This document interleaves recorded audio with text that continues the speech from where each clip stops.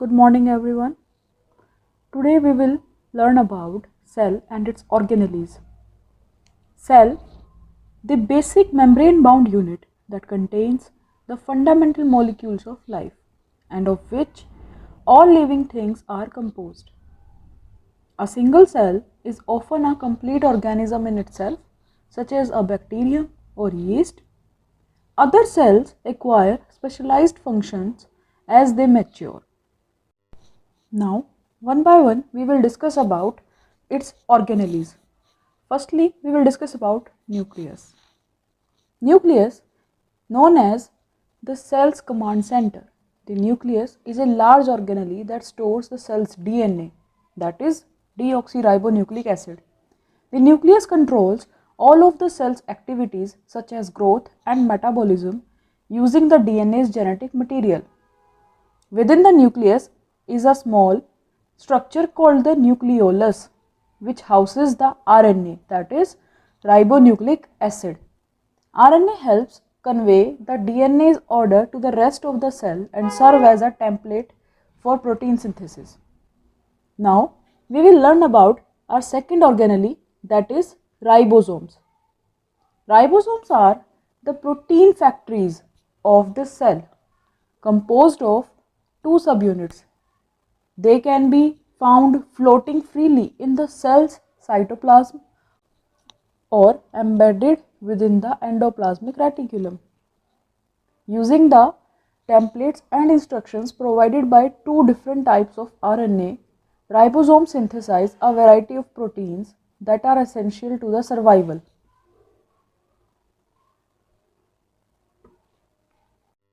Next, we will learn about the endoplasmic reticulum. Endoplasmic reticulum is a membranous organelle that shares part of its membrane with that of the nucleus.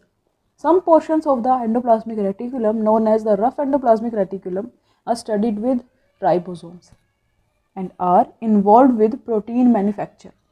The rest of the organelle is referred to as the smooth endoplasmic reticulum and serves to produce vital lipids or fats. Next, we will learn about Golgi apparatus. If the proteins from the rough endoplasmic reticulum require further modification, they are transported to the Golgi apparatus or Golgi complex. Like the the Golgi apparatus is composed of folded membranes. It searches the protein's amino acid sequences for specialized codes and modifies them accordingly. These processed proteins are then stored in the Golgi or packed in vesicles to be shipped elsewhere in the cell. Next, we will learn about the chloroplast. In plants and some algae, organelles known as chloroplast serve as the site of photosynthesis. Chloroplast contain a pigment known as chlorophyll, which captures the sun's energy to transform water and carbon dioxide into glucose for food. Chloroplasts allow autotrophic organisms to meet their energy needs without consuming other organisms. And lastly, we will discuss about the last cell organelle, that is mitochondria.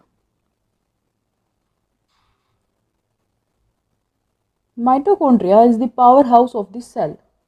These are oval-shaped organelles found in most eukaryotic cells. As the site of cellular respiration, mitochondria serve to transform molecules such as glucose into an energy molecule known as ATP, that is adenosine triphosphate. ATP fuels cellular processes by breaking its high energy chemical bonds. Mitochondria are most plentiful in cells that require significant amounts of energy to function, such as liver and muscle cells. Thank you.